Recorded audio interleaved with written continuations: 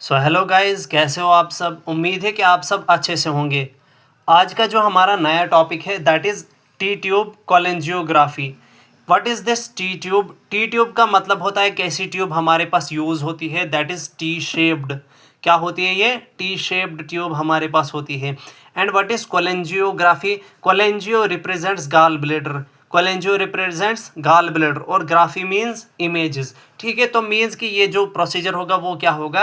It is related with the gall bladder. सबसे पहले हम कुछ डेफिनेशंस देखते हैं कि ये क्या है। कि it is a radiological examination for the patients who had an operation to remove the gall bladder. Means कि हमारे पास ये जो रेडियोलॉजिकल एग्जामिनेशन होता है किस पेशेंट्स के लिए, कि जिनका पहले ऑपरेशन हुआ होता है, जहाँ पे हमने क्या किया होता है, गाल ब्लेडर को रिमूव ही किया होता है। अब यहाँ पे क्या होता है, जब ये गाल ब्लेडर रिमूव हुआ होता है तो सर्जन्स क्या करते हैं, डॉक्टर्स क्या करते हैं, कभी कभार क्या करते हैं, ट्यूब को क्या करते हैं, बाइल डक्ट के अंदर ही रखते हैं। क्यों? ताकि उनको लगता है कि वहाँ पे कोई चांस मत होगा कि गाल स्टोन्स, जो स्टोन्स होती है वो डक्ट में बन जाए या आ जाए। ठीक है, दो डेफिनेशन यहाँ पे और है कि ये जो टी ट्यूब कोलेंजियोग्राफी है, यहाँ पे ये क्या होता है, एक स्पेशल एक्सरे प्रोसीजर होता है, एक्सरे बेस्ड प्रोसीजर होता है, जो हम कैसे करते हैं, with the help of the contrast media. किसे? कंट्रास्ट मीडिया की हेल्प से। टू विजुअलाइज, किनको विजुअलाइज करने के लिए? Bile duct. हम यहाँ पे सिर्फ गाल ब्लेडर को रिमूव करते हैं, बाइल डक्ट्स को रिमूव नहीं करते हैं। ठीक है, अब after the removal of gall bladder क्या करते हैं हम, जो ही हमने गाल ब्लेडर रिमूव कर दिया उसके बाद बाइल डक्ट्स को विजुअलाइज करने के लिए टी ट्यूब कोलेंजियोग्राफी करते हैं। अब यहाँ प्रोसीजर मैंने पीछे भी बोला कि क्यों करते हैं हम, to visualise any stones remaining present in the bile duct. Means कि क्या हो सकता है कि प्रोसीजर के बाद भी कुछ स्टोन्स अंदर प्रेजेंट रह सकती हैं, तो उन चीज़ों को विजुअलाइज करने के लिए हम क्या करते हैं, टी ट्यूब कोलेंजियोग्राफी। अभी जो है देखते हैं हम इंडिकेशंस, के इंडिकेशंस कौन कौन सी जगह पे जो है हम टी ट्यूब कोलेंजियोग्राफी कर सकते हैं। सबसे पहला है यहाँ पे exploration of bile ducts at operation. Means कि हमने क्या करना है कि जो स्टोन्स वगैरह होती थी, क्या हम करते हैं, स्टोन्स को चेक करते हैं ड्यूरिंग दी ऑपरेशन। ठीक है, यहाँ पे एक और चीज़ है, पुअर और absent drainage of bile from the T tube. Means कि हमारी जो टी ट्यूब आपने प्लेस की होती है तो उसमें से जो हमारे पास क्या होता है, जो ड्रेनेज ऑफ बाइल होता है, जो बाइल हमारे पास प्रोड्यूस होता है कहाँ से, लीवर से, तो वो जो है या तो बहुत कम जो है रिलीज होगा, या तो है क्या होगा, हमारे पास एब्सेंट ही होगा। मीन्स कि फिर टी ट्यूब में कोई प्रॉब्लम होती है उस टाइम। ठीक है, मतलब इससे हमें क्या पता चलता है, अगर नहीं आ रहा है तो हमें लगता है कि हो सकता है हमारी टी ट्यूब जो है वो ब्लॉक हो गई होगी। ठीक है, यही चेक करने के लिए कि टी ट्यूब हमारे पास ब्लॉक है या नहीं है, तो वो चीज़ हम चेक करते हैं किसमें,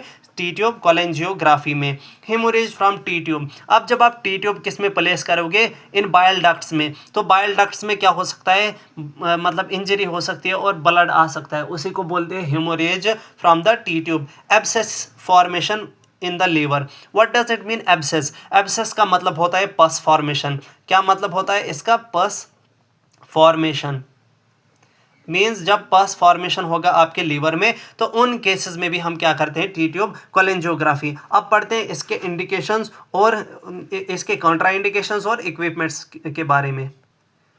अब जो इसकी कॉन्ट्रा इंडिकेशन है, कॉन्ट्रा इंडिकेशन एक्चुअली में सेम ही रहती हैं सभी प्रोसीजर्स में। जैसे एलर्जी होगी तो हम नहीं कर सकते, पेशेंट प्रेग्नेंट होगा तब भी हम नहीं कर सकते, क्योंकि प्रेग्नेंट लेडी को क्या हो सकता है, जो फीटस डेवलपिंग फीटस होता है उसमें क्या हो सकता है, डीएनए चेंज हो सकता है, म्यूटेशंस हो सकते हैं, और उसकी वजह से क्या हो सकता है, एबनॉर्मल फीटस पैदा हो सकता है। ठीक है, और हम क्या करते हैं, किसी भी पेशेंट का अगर क्या हुआ होगा, बेरियम स्टडी हुई होगी, कोई भी बेरियम स्टडी हमारे पास है, अगर वो हुई होगी with in the last 3 days, उनमें भी हम नहीं कर सकते। क्यों? क्योंकि जो बेरियम अंदर हमारे पास होता है इंटेस्टाइन्स में, उसकी शेडोज़ आ सकती हैं, उसकी जो क्या हो सकती है, शेडोज़ आ सकती हैं हमारी इमेजेस में। तो इसलिए हमें क्या करना है, अवॉइड करना है, थोड़े टाइम के लिए हमने रुकना है जब तक वो बेरियम पूरा वहाँ से ना हट जाए। इक्विपमेंट्स में हमने क्या करना है, इक्विपमेंट्स में हमने सबसे पहले यूज़ करनी है 20 सीसी सिरिंज। क्या करनी है, 20 सीसी सिरिंज यूज़ करनी है, या 20 ml भी इसको आप बोलते हो, 20 ml सिरिंज और 20 सीसी सिरिंज। ठीक है, 18 गॉज की नीडल आपने यूज़ करनी है, एक टी ट्यूब आपने यूज़ करनी है, फ्लोरोस्कोपिक डिवाइसेस भी आप क्या करोगे, यूज़ करोगे। अभी जो है इसका जो है प्रोसीजर हम स्टार्ट करते हैं कि प्रोसीजर में हम करते कैसे हैं। जैसे कि मैंने आपको बोला कि जो ही गॉल ब्लैडर क्या होता है, रिमूव होता है, तो उसके बाद हम क्या करते हैं, टी ट्यूब कोलेंजियोग्राफी करते हैं। कोई भी वहाँ पे ऑब्स्ट्रक्शन वगैरह, पुअर बाइल निकल रहा है या पेन हो रही, वो सब चीज़ें हम देखने के लिए, वही यहाँ पे है कि after gall bladder removal surgery a T tube is placed to facilitate drainage of bile. Means क्या क्या होता है कि गॉल ब्लैडर जब रिमूव होता है, क्या होता है, गॉल ब्लैडर जब रिमूव होता है तो हम क्या करते हैं, एक टी ट्यूब को प्लेस करते हैं, किसमें प्लेस करते हैं, वहाँ पे, ताकि हमारे पास उसमें से क्या है, बाइल नीचे आता रहे। ठीक है। अब cholangiography typically occurs 5 to 10 days later. Means के कब होता है, जब हमारे पास सर्जरी होगी, किसकी, गॉल ब्लैडर आपने रिमूव कर लिया, अब उससे आपने 5-10 दिन के बाद क्या करना है, ये टी ट्यूब कोलेंजियोग्राफी प्रोसीजर करना है। ऐसा नहीं कि जिस दिन आपने जो है गॉल ब्लैडर को रिमूव किया उसी दिन आपने टी ट्यूब कोलेंजियोग्राफी भी करा, नहीं, आपने 5-10 जो डेज हैं उनमें वेट करना है। अब ये चीज़ें आप करोगे तो आपके पास इक्विपमेंट्स में क्या क्या था, ग्लव्स था।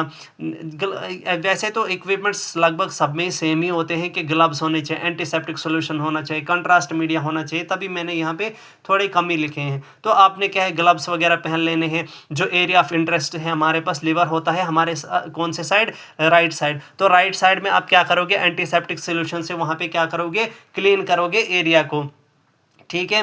अब क्या करोगे आप, जो ये आपने टी ट्यूब प्लेस की होगी, जो टी ट्यूब आपने प्लेस की, उसमें से आप क्या करोगे, कंट्रास्ट को इंजेक्ट करोगे। वही यहाँ पे लिखा है, the contrast die is injected into the T tube. आपने क्या करना है, टी ट्यूब में कंट्रास्ट इंजेक्ट करना है। अब during injection the patient feel blotting in right upper abdomen. Means कि जो हमारे पास अपर एब्डोमेन होता है, जो एब्डोमेन का अपर वाला पार्ट होता है, कौन सा वाला पार्ट हमारे पास होता है, एक हाइपोकॉन्ड्रिक और दूसरा, एक राइट हाइपोकॉन्ड्रिक, दूसरा लेफ्ट हाइपोकॉन्ड्रिक, के हमारे पास क्या होते हैं, अपर पार्ट्स होते हैं। ठीक है। तो जो हमारा राइट हाइपोकॉन्ड्रिक होता है कि पेशेंट को क्या होगा, उसमें ऐसा लगेगा कि कुछ फूक जैसी चढ़ रही है, स्वेलिंग जैसी हो रही है। कब, जब आप क्या करोगे, कंट्रास्ट को इंजेक्ट करोगे। अब ये जो टोटल प्रोसीजर है, आपको इस टोटल प्रोसीजर में 15 मिनट लगेंगे। कितने, 15 मिनट। आपको ये सारा प्रोसीजर जो है पेशेंट को पहले एक्सप्लेन करना है कि हमें कितना टाइम लगेगा, हम इसमें क्या क्या करेंगे, ताकि पेशेंट कंफर्टेबल रहे, वो आराम से जो है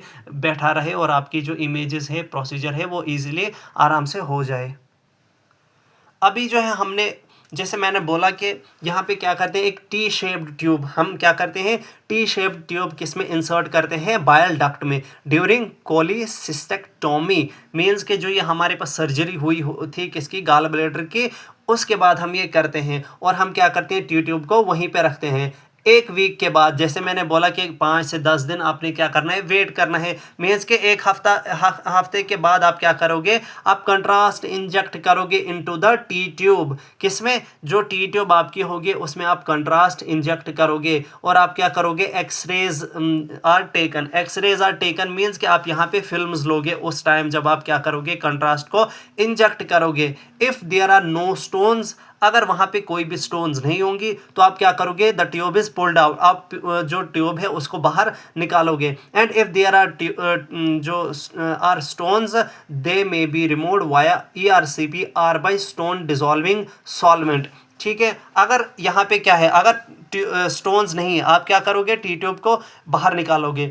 और अगर आपके पास अभी जो है स्टोन्स वहाँ पे है, तो यहाँ पे हमारे पास एक प्रोसीजर होता है ERCP। ठीक है। तो आप ये प्रोसीजर जो करोगे ERCP से, और यहाँ पे आप क्या करोगे, या तो आप क्या करोगे, एक डिजॉल्विंग स्टोन डिजॉल्विंग सॉल्वेंट होता है, एक पानी जैसा लिक्विड जैसा एक सॉल्वेंट होता है, वो क्या करता है, इन स्टोन्स को क्या करता है, डिजॉल्व करता है। वो क्या हम करना है, वो इंजेक्ट करना है थ्रू द ट्यूब। वो जब वहाँ पे चला जाएगा सॉल्वेंट तो वो उसको क्या करेगा, डिजॉल्व कर लेगा। हमारे पास जो है लेज़र थेरेपी से भी हम क्या करते हैं, लेज़र से भी आज जो है क्या होता है, ये स्टोन्स वगैरह रिमूव होते हैं। जैसे हम किडनी से रिमूव करते हैं लेज़र से स्टोन्स को। ठीक है। अब जब ये सारा प्रोसीजर आप करोगे, अब आपने क्या करना है, पेशेंट की केयर देखनी है, आफ्टर केयर जिसको बोलते हैं।